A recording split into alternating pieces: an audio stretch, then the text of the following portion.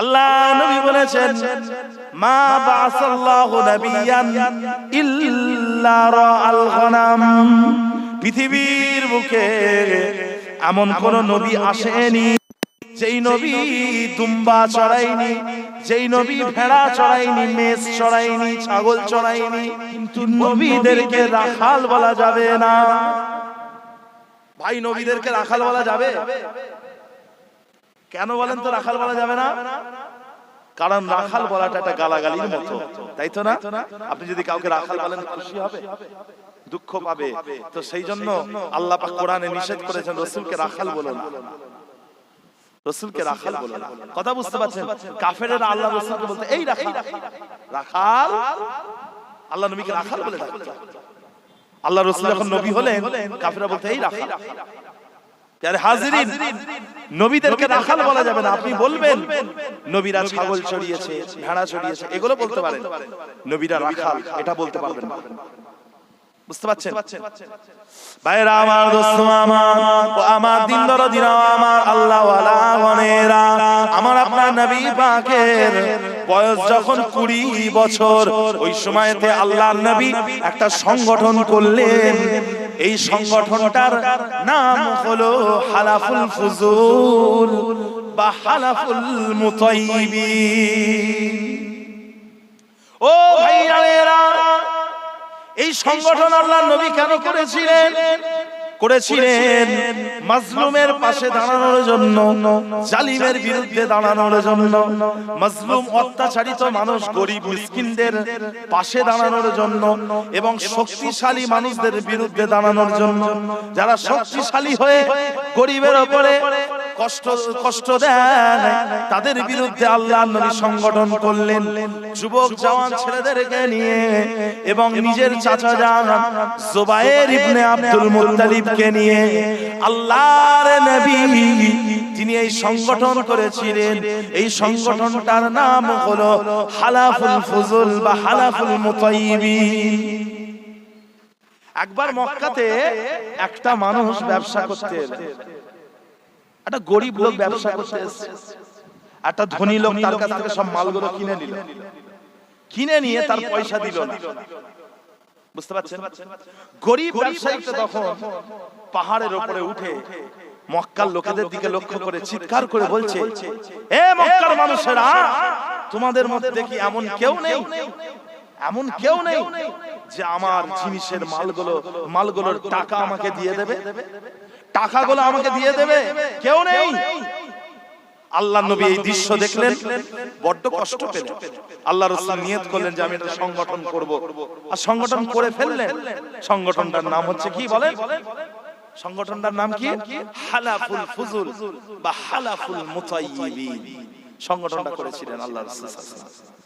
ভাইরা আমার, দোস্ত আমার আপনার নবী পাক সাল্লাল্লাহু আলাইহি ওয়াসাল্লামের বয়স যখন 25 বছর, ওই সময়তে আল্লাহর নবী, আল্লাহর হাবিব ব্যবসা করার জন্য দ্বিতীয়বার ঘরের বাইরে বেরোলেন। প্রথমবার চাচা আবু তালিবের সাথে 12 বছর বয়সে ব্যবসা করতে গেছিলেন, আর দ্বিতীয়বার আল্লাহর নবী 25 বছর বয়সে ব্যবসা করতে বিদেশে গেলেন।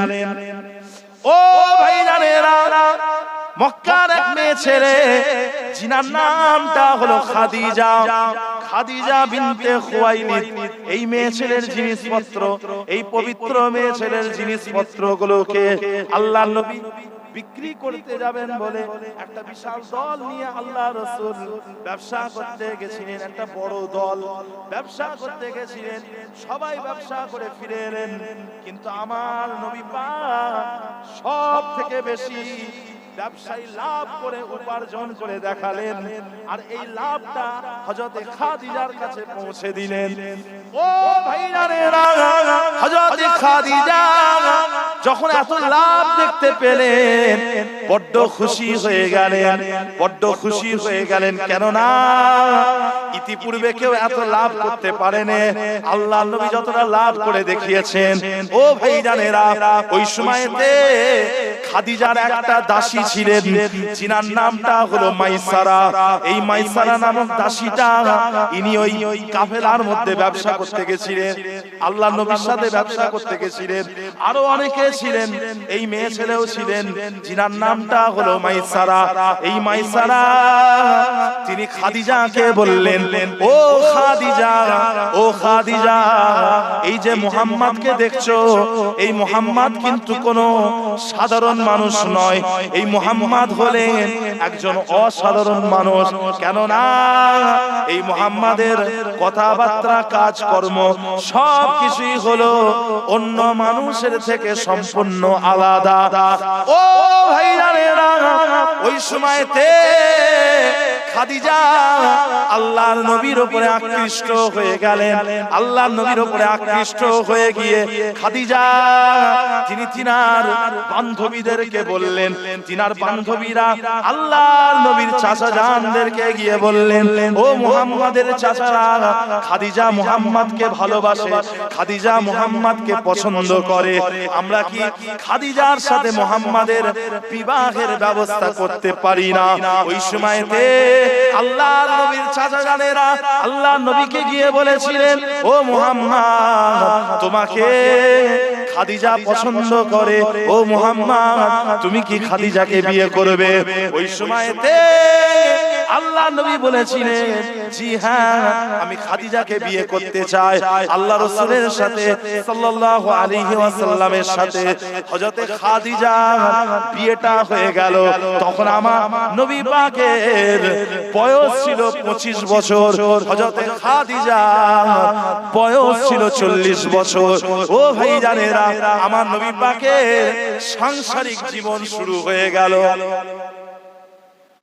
হযরতে খাদিজার সাথে বিয়ে হয়ে গেল। কথা বুঝতে পারছেন? প্যারে হাজিরিন, এরপরে আমার রাসূলুল্লাহ সাল্লাল্লাহু আলাইহি ওয়াসাল্লাম বয়স যখন 30 বছর, ওই সময় আমার নবী পাকের বড় সন্তান, এই বড় কন্যা সন্তান, বড় কন্যা সন্তান হযরতে যায়েনাবের জন্ম হলো।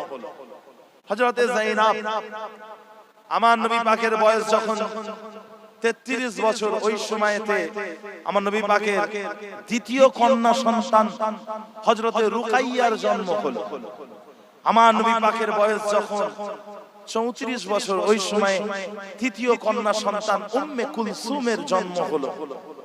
আমার নবী পাক সাল্লাল্লাহু আলাইহি ওয়াসাল্লামের বয়স যখন 35 বছর, ওই সময় হযরতে ফাতিমা রাদিয়াল্লাহু আনহার জন্ম হলো।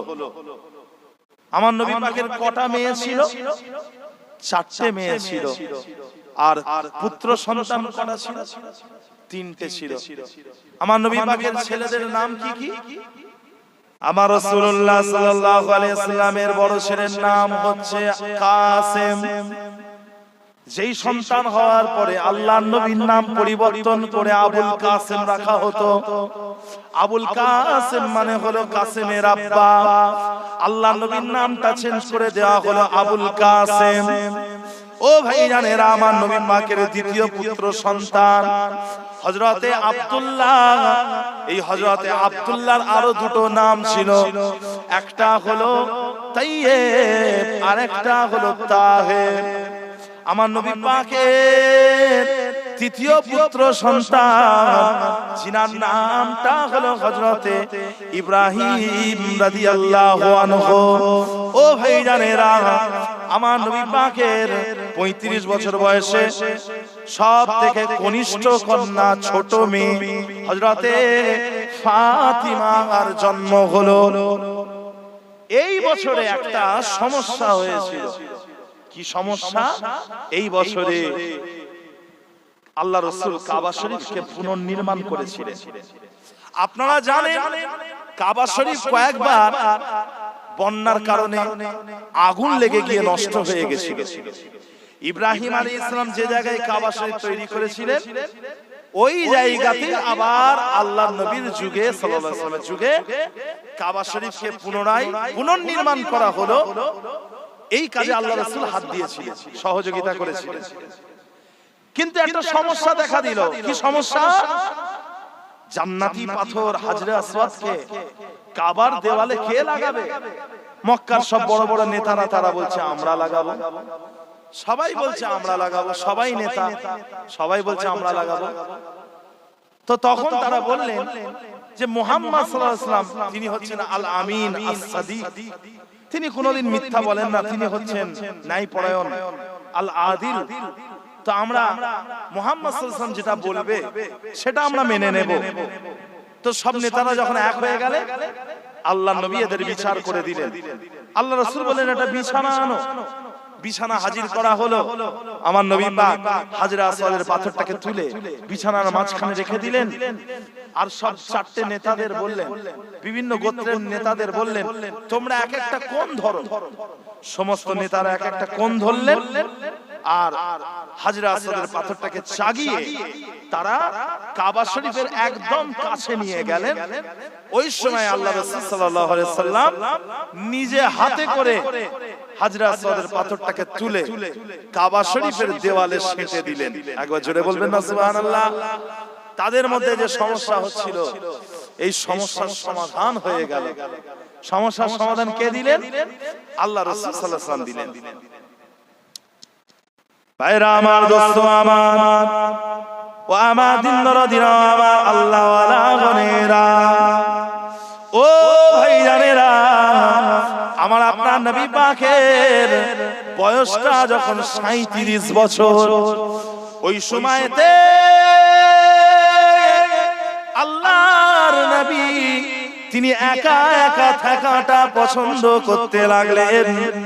আল্লাহ নবী একসাথে থাকা পছন্দ করলেন না। আল্লাহ নবীর কাছে একা থাকাটা পছন্দ হয়ে গেল। হুব্বিবা ইলাইহিল খলা, আল্লাহ নবী একা থাকাটা পছন্দ করতে লাগলেন। আমার নবী পাক মক্কা থেকে 632 মিটার উঁচুতে যে জায়গাটার নামটা হলো হেরা গুহা, এই হেরা গুহার মধ্যে আল্লাহর নবী ইবাদতে মগ্ন আছেন এবং ধ্যান মগ্ন আছেন এবং সত্যের অনুসন্ধান করছেন এবং জাহেলিয়াতের যুগের মানুষগুলোকে কিভাবে আল্লাহর একত্ববাদের দিকে দাওয়াত দেবেন সেই চিন্তায় মশগুল আছেন। ও ভাইজানেরা, আল্লাহর নবী নবুয়ত লাভের পূর্বে তিনি কি ইবাদত বান্দেগী করতেন মনে রাখবেন। আদম আলাইহিস সালাম থেকে যত নবী এসেছে সমস্ত নবীরা কিন্তু ইসলামেরই প্রচার করেছেন, কোন নবীরা অন্য ধর্মের প্রচার করেননি। সমস্ত নবীরা ইসলামেরই প্রচার করেছেন। আদম আলাইহিস সালাম ইসলামের প্রচার করেছেন, নূহ আলাইহিস সালাম ইসলামের প্রচার করেছেন, ঈসা আলাইহিস সালাম ইসলামের প্রচার করেছেন, ইব্রাহিম আলাইহিস সালাম ইসলামের প্রচার করেছেন, ইসমাঈল আলাইহিস সালাম ইসলামের প্রচার করেছেন। সমস্ত নবীরা ইসলামেরই প্রচার করেছেন, কিন্তু সমস্ত নবীদের যুগে ইসলামের নামটা কিন্তু অন্য ছিল। ইব্রাহিম আলাইহিস সালামের যুগে ইসলামের নামটা ছিল হানিফ ধর্ম। আপনার ফোন আসছে। ইব্রাহিম আলাইহিস সালামের যুগে ইসলামের নামটা কি ছিল বলেন? হানিফ ধর্ম। বুঝতে পারছেন? তো আরবে এই হানিফ ধর্মের মানে ইব্রাহিম আলাইহিস সালাম রেখে যাওয়া হানিফ ধর্মের যে সমস্ত ইবাদত বান্দেগীগুলো ছিল ওইগুলো আল্লাহ রাসূল সাল্লাল্লাহু আলাইহি ওয়াসাল্লাম পালন করতেন। এবং আমার নবী পাক সাল্লাল্লাহু আলাইহি ওয়াসাল্লাম জীবনে কোনোদিন শিরক করেননি এবং কোন দেবদেবীর সামনে কপাল ঠেকানো তো দূরের কথা, কোন দেবদেবীকে একবারে স্পর্শ পর্যন্ত করেননি। জোরে বলে। ভাইরা আমার, দোস্ত আমার, ও ভাইজানেরা, আমার আপনার নবী পাক হেরা গুহায় ধ্যান মগ্ন রয়েছে। আমার আপনার নবী পাকের বয়সটা যখন 39 বছর 6 মাস, মানে নবুয়ত লাভ করতে আর মাত্র 6 মাস বাকি রয়েছে। ওই সময় থেকে আল্লাহর নবী, আল্লাহর হাবিব, তিনি রাত্রিবেলা যখনই ঘুমাতেন সত্য স্বপ্ন দেখতে লাগলেন। আল্লাহর নবী যখনই ঘুমাতেন সত্য স্বপ্ন দেখতে লাগলেন। আর রুইয়া সাদিকা, সত্য স্বপ্ন। আল্লাহর নবী রাত্রিবেলা ঘুমিয়ে ঘুমিয়ে যেটা স্বপ্ন দেখতেন, সকালবেলা ঘুম থেকে উঠে সেই স্বপ্নটা দিনের আলোতে বাস্তব দেখতে পেতে, সেটা আল্লাহর নবীর সামনে ঘটে যেত। এইভাবে 6 মাস ধরে আল্লাহর নবী সত্য স্বপ্ন দেখছেন। নবীদের স্বপ্নটা স্বপ্ন নয়, নবীদের স্বপ্নটা হলো ওহী। আল্লাহর নবীর বয়সটা যখন 40 বছর, ওই সময়তে আমার আপনার নবী পাক হিরা গুহায় ধ্যানমগ্ন অবস্থায় বসে আছেন। এমত অবস্থাতে হযরতে জিবরাইল আমিন আল্লাহর নবীর সামনে রেশমি কাপড়ে কোরআন শরীফের 5টা আয়াত লিখে নিয়ে এলেন। আল্লাহর নবীর সামনে 5টা আয়াত ধরলেন। আল্লাহর নবীকে বললেন ইকরা, পড়ুন। আল্লাহর নবী বললেন মা আনা বিকারিন, আমি তো পড়তে জানি না, আমি তো পাঠক নয়। জিবরাইল আমিন আল্লাহর নবীকে বুকে জড়িয়ে ধরলেন, ছেড়ে দিলেন, বললেন ইকরা, পড়ুন। আল্লাহর নবী বললেন মা আনা বিকারিন, আমি তো পড়তে জানি না। জিবরাইল আলাইহিস সালাম ছেড়ে দিলেন, আল্লাহর রাসূলকে আবার জড়িয়ে ধরলেন, বললেন, তারপরে ছেড়ে দিয়ে বললেন ইকরা, পড়ুন। আল্লাহর নবী বললেন মা আনা বিকারিন, আমি তো পড়তে জানি না। তৃতীয়বার জিবরাইল আলাইহিস সালাম আপনার আমার নবী পাককে বুকে জড়িয়ে ধরলেন এবং তারপরে বললেন ইকরা, পড়ুন। আল্লাহর নবী তখন ঝরঝর করে পড়তে লেগেছেন বিসমিল্লাহির রহমানির রহিম। ইকরা বিসমি রাব্বিকাল্লাযী খলাক, খলাকাল ইনসানা মিন আলাক, ইকরা ওয়া রাব্বুকাল আকরাম আল্লাযী আল্লামা বিল কলাম, আল্লামাল ইনসানা মা লাম ইয়ালাম। ইকরা বিসমি রাব্বিকাল্লাযী খলাক, পড়ো সেই প্রভুর নামে যে প্রভু তোমাকে সৃষ্টি করেছেন। খলাকাল ইনসানা মিন আলাক, যিনি মানুষকে ঝুলন্ত রক্তপিণ্ড থেকে তৈরি করেছেন। ইকরা রাব্বুকাল আকরাম, পড়ো সেই প্রভুর নামে যেই প্রভু হলেন বড় দয়াময়, তোমার প্রভু হলেন বড় দয়াময়। ইকরা রাব্বুকাল আকরাম আল্লাযী আল্লামা বিল কলাম, যিনি মানুষকে লেখনীর মাধ্যমে, কলমের মাধ্যমে শিক্ষা দিয়েছেন। আল্লামাল ইনসানা মা লাম ইয়ালাম, যিনি মানুষকে শিক্ষা দিয়েছেন যা মানুষ জানতো না। আল্লাহর নবী হয়ে গেলেন, নবুয়তের দায়িত্ব পেয়ে গেলেন। আমার নবী পাক হিরা গুহা থেকে ভয় পেয়ে গিয়ে বেরিয়ে আসছেন। আল্লাহ নবী ভয় পেয়ে গেছেন, হিরা গুহা থেকে বেরিয়ে আসছেন ভয়ে, আর থরথর করে কাঁপছেন। আল্লাহ রাসূল সাল্লাল্লাহু আলাইহি ওয়াসাল্লাম ভয়ে থরথর করে কাঁপছেন। ওই সময়তে হিরা গুহা থেকে বেরিয়ে এসে হযরত জিবরাইল আমিনের দিগন্ত বিস্তৃত, যতদূর দৃষ্টি যায় গোটা আকাশ জুড়ে প্রকাণ্ড দেহ দেখে হযরতে আল্লাহ রাসূল সাল্লাল্লাহু আলাইহি ওয়াসাল্লাম তিনি আরো বেশি ভয় পেয়ে গিয়ে আমার আপনার নবী পাক হযরতে বিবি খাদিজার কাছে চলে এলেন। খাদিজাকে বলতে লাগলেন আমার ভয় করছে, আমাকে কম্বল চাপা দাও। জাম্মিলুনি জাম্মিলুনি জাম্মিলুনি জাম্মিলুনি জাম্মিলুনি জাম্মিলুনি, আমাকে কম্বল চাপা দাও, আমাকে কম্বল চাপা দাও। আল্লাহ পাক বললেন ইয়া আইয়ুহাল মুজাম্মিল কুমিল লাইলা ইল্লা কলিলা, ও কম্বল আবৃত ব্যক্তি তুমি দাঁড়িয়ে পড়ো কুমিল লাইলা ইল্লা কলিলা, রাতের কিছু অংশ দাঁড়িয়ে দাঁড়িয়ে তুমি তাহাজ্জুদের নামাজ আদায় করো, রাতের কিছু অংশ জাগ্রত হয়ে তুমি তাহাজ্জুদের নামাজ আদায় করো। আল্লাহর নবী যখন ওহী নাজিল হতো ভয় পেতেন, খাদিজাকে বললেন দাসসিরুনি দাসসিরুনি দাসসিরুনি দাসসিরুনি, আমাকে বস্ত্র দিয়ে ঢাকা দাও, আমাকে বস্ত্র দিয়ে ঢাকা দাও। ওই সময়তে আল্লাহ পাক জানিয়ে দিলেন ইয়া আইয়ুহাল মুদাসসির কুম ফানজির, ও বস্ত্র আবৃত ব্যক্তি দাঁড়িয়ে পড়ো এবং মানুষকে সতর্ক করো। আল্লাহর নবী আল্লাহর হাবিব ওই যে দাঁড়িয়ে পড়লেন, আমার আপনার নবী পাক তিনি আর থামার সময় পেলেন না, আর বসার সময় পেলেন না। দিন প্রচারের কাজে আল্লাহর নবী তিনি আর থেমে রইলেন না, দিন প্রচারের কাজ শুরু করে দিলেন। আল্লাহর নবী কেন ভয় পাচ্ছেন? আল্লাহর রাসূল কেন ভয় পাচ্ছেন? আমার নবী পাক কেন থরথর করে কাঁপছেন? কেন আল্লাহর রাসূলের জ্বর চলে এলো? তার কারণ হচ্ছে ইন্না সানুলকি আলাইকা কাওলান সাকিলা। এই কোরআন এটা কিন্তু কোনো হালকা কথা নয়, কোরআনটা কোনো হালকা কথা নয়, কোরআন হচ্ছে একটা ভারী কথা, ওজনদার কথা। কতটা ওজন? এই কোরআন যদি কোনো পাহাড়ের উপরে নাজিল হতো পাহাড়টা ধুলো হয়ে যেত। আল্লাহ পাক এই কোরআনকে পাহাড়ের উপরে নাজিল না করে তিনার রাসূলের উপরে নাজিল করেছেন। একবার জোরে বলবেন না সুবহানাল্লাহ। কথা বুঝতে পারছেন? এইভাবে আল্লাহ রাসূল সাল্লাল্লাহু আলাইহি ওয়াসাল্লাম তিনি নবুয়তের দায়িত্ব পেলেন। প্রথম দিকে ভয় পাচ্ছেন, হযরতে খাদিজা আল্লাহ রাসূলকে সাহস দিলেন, ইয়া রাসূলুল্লাহ আপনার মধ্যে অনেক ভালো ভালো গুণাবলী আছে, আল্লাহ আপনাকে লাঞ্ছিত করবেন না, অপমানিত করবেন না।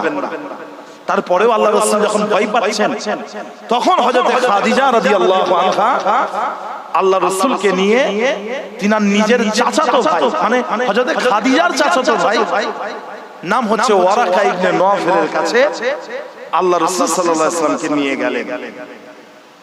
হযরত ওয়ারাকা ইবনে নওফল আল্লাহ রাসূল সাল্লাল্লাহু আলাইহি ওয়াসাল্লামের সব কথা শুনে তিনি বললেন, ইয়া রাসূলুল্লাহ আপনি যাকে দেখেছেন বিশাল দিগন্ত বিস্তৃত একজন বিশাল প্রকাণ্ড দেহের একজনকে দেখেছেন, ইনি আর কেউ নয়, ইনি হচ্ছেন নামুস, ইনি হচ্ছেন নামুস অর্থাৎ জিবরাইল। আপনার পূর্বে সমস্ত নবীদের কাছে এই নামুস এসেছে, ঈসা আলাইহিস সালামের কাছেও এই নামুস এসেছে। কথা বুঝলেন? অর্থাৎ জিবরাইল এসেছে।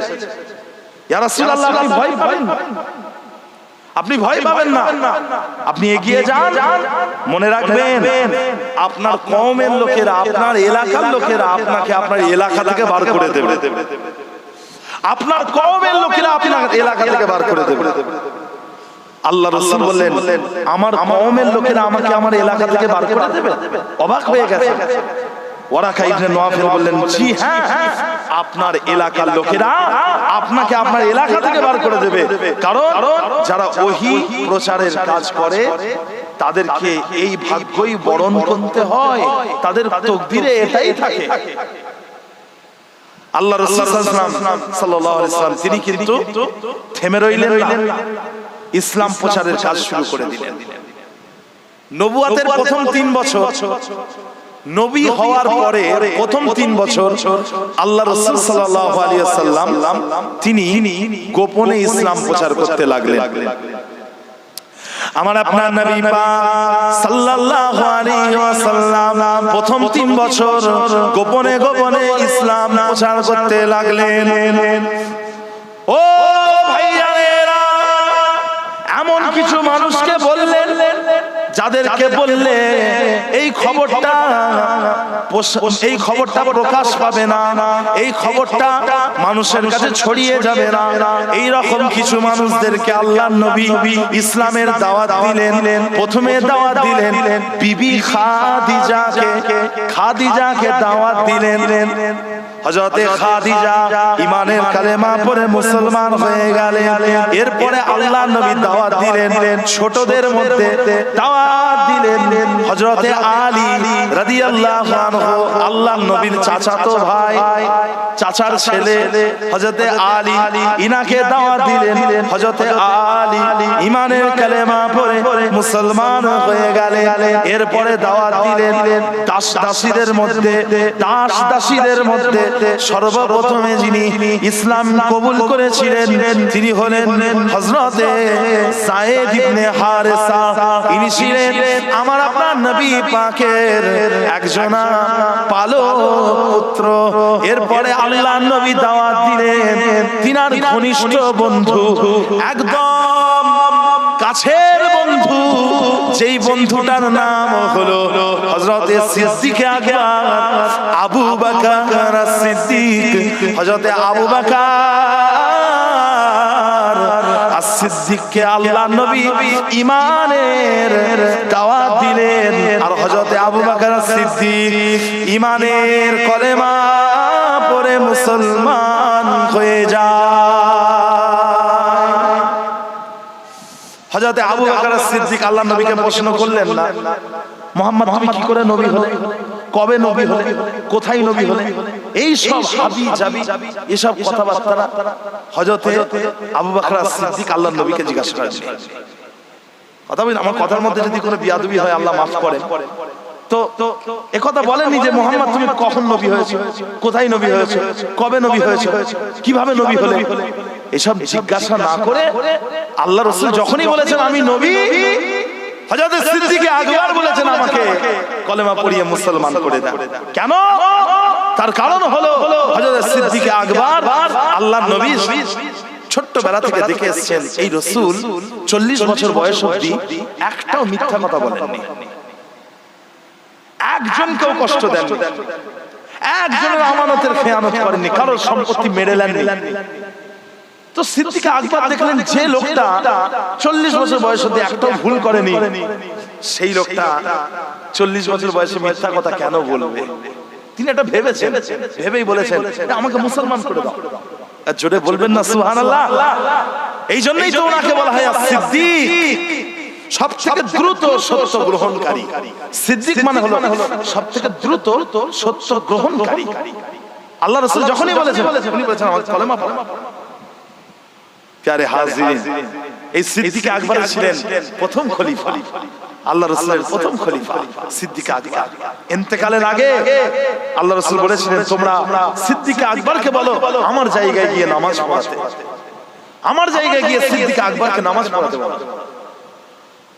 কথা বুঝলেন? প্যারে হাজিরিন, আল্লাহ রাসূল বলেছিলেন আমি যদি আল্লাহর পরে কাউকে যদি বন্ধু হিসাবে গ্রহণ করতাম তাহলে সেটা আমি আবু বকর সিদ্দিককে গ্রহণ করতাম। আল্লাহ নবীর হাদিস, আল্লাহ নবী বলেছেন আমি যদি আল্লাহর পরে কাউকে যদি বন্ধু হিসাবে গ্রহণ করতাম তাহলে আমি সেটা আবু বকরকে গ্রহণ করতাম। কিন্তু আমার বন্ধু হলেন আল্লাহ, আমার বন্ধু হলেন আল্লাহ। আপনারা জুম্মার দিনে খুতবায় শুনেছেন, খুতবা হয় জুম্মার দিনে। আল্লাহ রাসূল বলেছেন যে ওয়ালাউ কুনতু মুত্তাখিযান খালিলান লা তাখাযতু, ওয়ালাউ কুনতু মুত্তাখিযান খালিলান গায়রা রাব্বি লা তাখাযতু আবু বকর as-সিদ্দিক রাদিয়াল্লাহু আনহু খালিলান। বলেছেন আল্লাহ রাসূল বলেছেন আমি যদি আমার পরে, আমি আল্লাহর পরে যদি কাউকে বন্ধু হিসেবে গ্রহণ করতাম তাহলে আমি সেটা আবু বকর কি গ্রহণ করতাম। জোরে বলবেন না সুবহানাল্লাহ? কিছু বলবেন না? তো ভাইজান কত দূর হলো? গোপনে 3 বছর ইসলাম প্রচার করলেন, শুনছেন তো নাকি?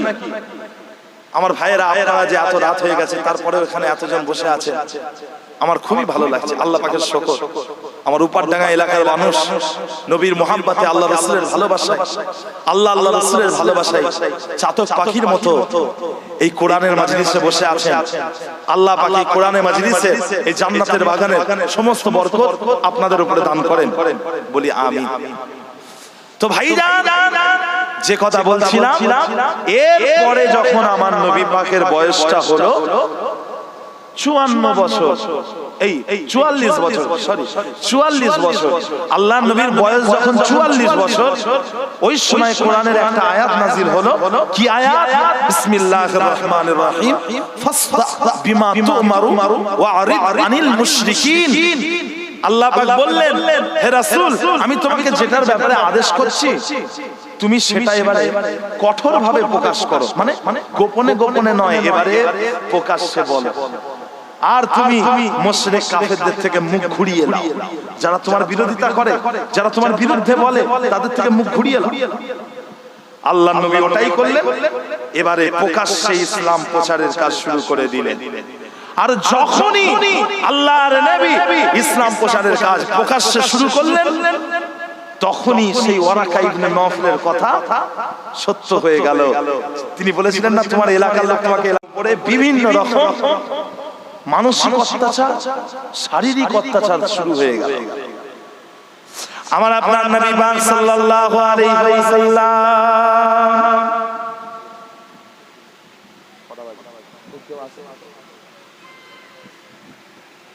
আল্লাহর নবী, আল্লাহর হাবিবের যখন বয়সটা হলো, আল্লাহর নবীর বয়সটা যখন হলো 44 বছর, ওই সময়তে আমার আপনার নবী পাক মক্কার একটা পাহাড়, যেই পাহাড়ের নাম হলো সাফা পাহাড়।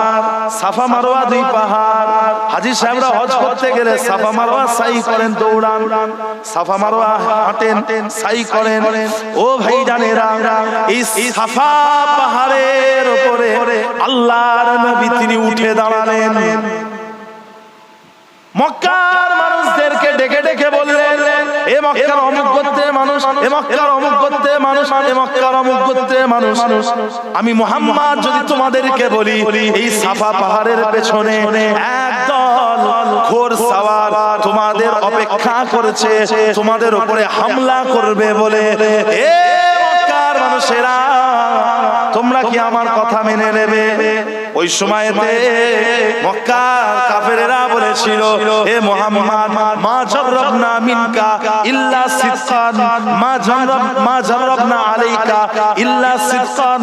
হে মুহাম্মদ, আমরা তোমার থেকে সত্য কথা ছাড়া অন্য কিছু শুনিনি। তুমি যাই বলেছো সবই সত্য বলেছো, তুমি যে কথা বলবে আমরা সেটা মেনে নেব। তখন আল্লাহ নবী বললেন, তাহলে মনে রাখো, আমি নবী মুহাম্মদ, আমাকে যদি নবী বলে না মেনে নাও, আল্লাহকে যদি প্রভু বলে না মেনে নাও, তাহলে মনে রাখবে কঠিন জাহান্নামের আযাব তোমাদের জন্য অপেক্ষা করছে। এই কথা বলার সাথে সাথে আল্লাহর নবীর চাচা আবু লাহাব হাতে একটা পাথর তুলে আল্লাহর নবীর দিকে ছুঁড়েছে আর বলেছে, হে মুহাম্মদ, তুমি ধ্বংস হয়ে যাও। চাচা বলছে, চাচা আল্লাহ রাসূলকে বলছে, মুহাম্মদ তুমি ধ্বংস হয়ে যাও, তোমার ধ্বংস হোক। বলেন নাউযুবিল্লাহ। ওই সময়তে আল্লাহ পাক মেনে নিলেন, কোরআনে আয়াত নাজিল হয়ে গেল, তাব্বাত ইয়াদা আবি লাহাব ওয়া তাব্বা। ধ্বংস হোক, নিপাত যাক আবু লাহাবের দুই হাত, এবং আবু লাহাব নিপাত যাক, আবু লাহাব ধ্বংস হোক। তো ভাইজান, কিয়ামত পর্যন্ত যারাই কোরআন শরীফ পড়বে তারাই বলবে আবু লাহাব ধ্বংস, আবু লাহাবের দুই হাত ধ্বংস, তারাই বলবে। দেখেছেন আমার রাসূলকে অভিশাপ দেওয়ার কত বড় শাস্তি? আবু লাহাবের কবরে এই অভিশাপ পৌঁছে যাবে। অথচ এই আবু লাহাব আল্লাহর নবী চাচা যান, আল্লাহ রাসূল যখন দুনিয়াতে এসেছিলেন এত খুশি হয়েছিলেন যে তিনি দাসী স্বাধীন করে দিয়েছিলেন। দাসীর নাম হচ্ছে সুয়াইবা। এই মেয়ে ছেলেকে তিনি বলেছিলেন, যাও তোমাকে স্বাধীন করলাম, তুমি আমার কাছে এত বড় একটা সুসংবাদ এনেছো যে আমার ভাই আব্দুল্লাহ ছেলে হয়েছে, আমার ভাইটা দুনিয়া থেকে চলে গেছে, তার একটা ছেলে হয়েছে, উত্তরাধিকারী হয়েছে, কত বড় খুশির সংবাদ, যাও আমি তোমাকে স্বাধীন করলাম। দুটো আঙ্গুলে ইশারা করে স্বাধীন করে দিয়েছিলেন চাচা আবু লাহাব। সেই আবু লাহাব চাচা আল্লাহ নবীর বিরুদ্ধে চলে গেল। আল্লাহর নবী নবুয়তের ৫ম বছর, আমার আপনার নবী পাকের বয়স যখন ৪৫ বছর, ওই সময়তে মুসলমানদের উপরে অত্যাচারটা বিশাল একটা আকার ধারণ করলো।